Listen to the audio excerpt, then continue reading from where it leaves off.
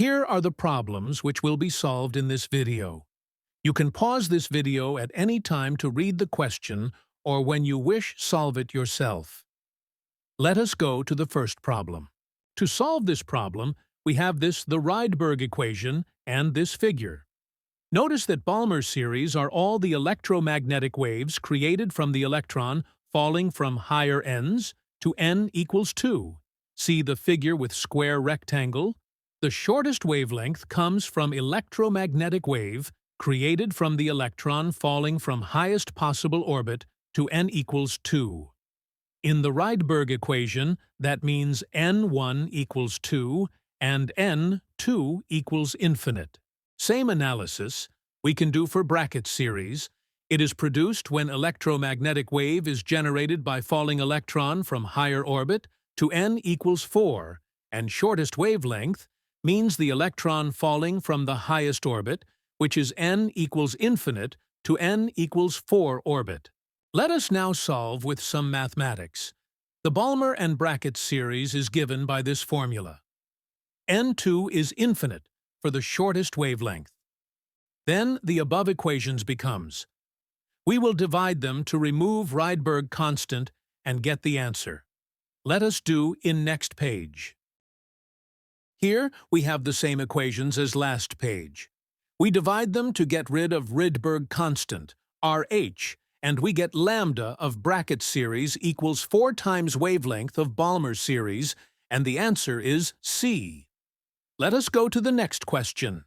Before we solve this question, let us understand the photoelectric effect. If visible light or ultraviolet light is falling on the metal, some of the light is completely absorbed, and instead, electron is ejected out.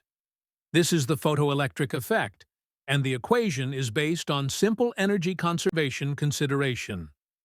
The photoelectric effect equation is h nu, the initial energy of the light or ultraviolet light.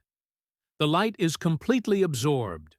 This is equal to some energy required to take out of electrons called work function, and the rest energy is given as kinetic energy of electron, known as Ke max, and this is the photoelectric equation. In the given question, with initial electromagnetic radiation having energy 2.20 electron volt, it cannot take out electron from, say, potassium because the work function for potassium is 2.30 electron volts. Same for sodium, which takes 2.75 electron volts, and incident light does not have that energy. In fact, only Caesium has the work function of 2.14, which is lower than the incident light, and the electron can be ejected. In fact, not related to question, if you see the periodic table, the elements of the 1a group has one valence electron in the outermost orbit and has the least work function. As you go down the periodic table, the lower is the work function. In fact, in the sensitive photocell, we use the coating of caesium. Francium is not used because it is radioactive. By the way, the answer is B, which is caesium only. Let us go to next question. This problem is related to Bohr model of atom, which begins with postulate that angular momentum is quantized and take the values as n times h over 2 pi, where n can take values of 1, 2, 3, 4, etc. For competitive exam, it is also advisable to remember energy equation to be equal to minus 13.6 electron volts divide by n squared. In the question, we are given angular momentum of electron as 1.5 times h over p, which in terms of the postulate makes the electron is in the third orbital, or n equals 3. Substituting the n equals 3 in the energy equation, we get energy is 1.5 electron volt. Let us go to the next problem. This problem is asking what is the wavelength of Lyman series corresponding to. It is better to remember this figure. The Lyman series is when the electron fall from higher orbital to innermost orbital, which is n equals 1, giving off high-energy electromagnetic region. It corresponds to ultraviolet light region. The answer is C. Let us go to the next question. To do this problem, We pick up old formula from electromagnetism to find the energy gained by electron. The energy gained is charge, which is 1.6 times 10 to the power of minus 19 times the potential difference which electron went through. Now we will use the de-Broglie relation, which connects wave property, which is wavelength, to be equal to h over p, which is particle property. Now I will teach you simple relation between kinetic energy and momentum that you can remember. P equals square root of 2 times mass times kinetic energy.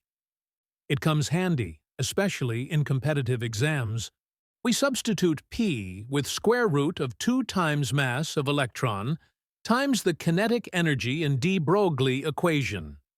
We have to know the mass of electron as 9.1 times 10 to the power of minus 31 kilograms, and we get messy numbers. We have to learn the art of approximating.